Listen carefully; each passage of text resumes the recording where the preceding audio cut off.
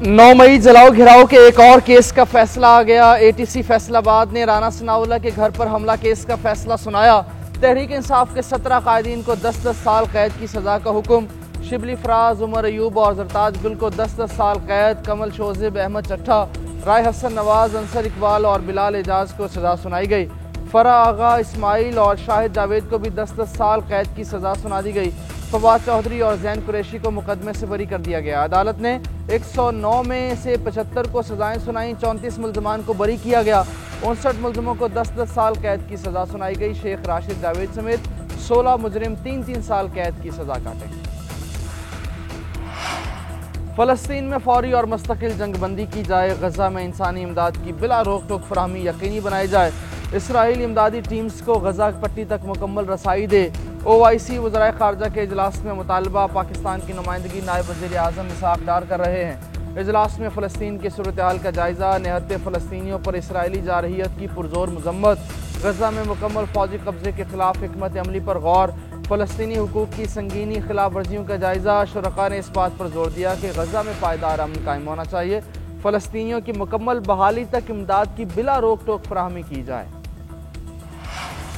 वज़ीर दाखिला मोहसिन नकवी की पेशावर में FC हेडक्वार्टर आमद। 3 शहीद जवानों की नमाज जनाजा में शिरकत। वफाकी वज़ीर दाखिला और वज़ीर आला KP ने जनाजों को कंधा दिया।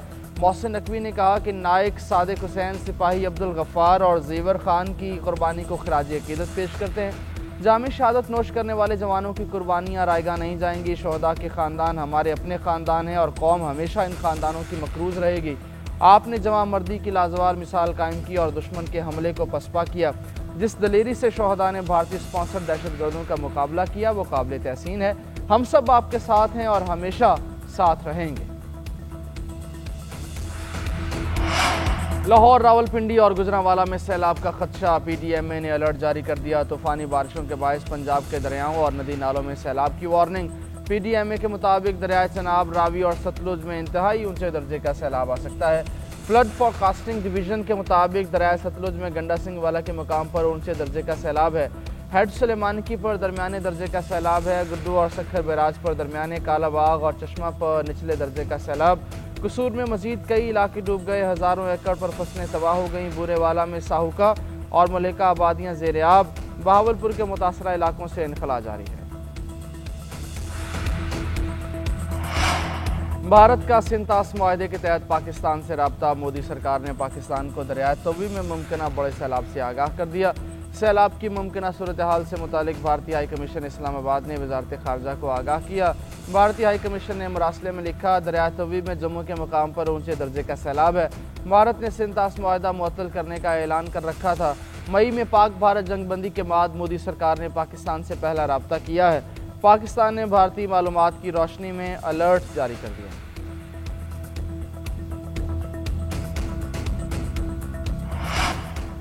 पाकिस्तान फ़लस्तीन के मजलूम अवाम के शाना बशाना 100 टन इमदादी सामान की एक और खेप रवाना। वफाकी वज़ीर सालिक हुसैन ने लाहौर से इमदादी सामान रवाना किया। राशन बैग, तैयार खाना, डब्बा बंद फल और दीगर सामान शामिल। सालिक हुसैन ने कहा, वज़ीर आज़म की खुसूसी हिदायत पर इमदादी सामान रवाना किया गया। मजमूई तौर पर 21 परवाज़ों के ज़रिए 2027 टन सामान भिजवा चुके। सामान की फौरी रवानगी के इंतजाम करने पर NDMA के शुक्रगुजार हूँ। इमदाद के साथ साथ पायदार अमन, सलामती और इस्तेहकाम के लिए भी दुआ। और PCB ने कप्तानों की खबरों की तरदीद कर दी। सलमान अली आगा और शान मसूद को हटाने में कोई सदाकत नहीं। सऊद शकील को कप्तान नहीं बनाया जा रहा। PCB ने वजाहत जारी कर दी।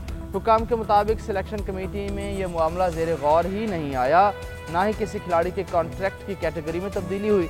इस हवाले से फैलाई जाने वाली तमाम खबरें बेबुनियाद।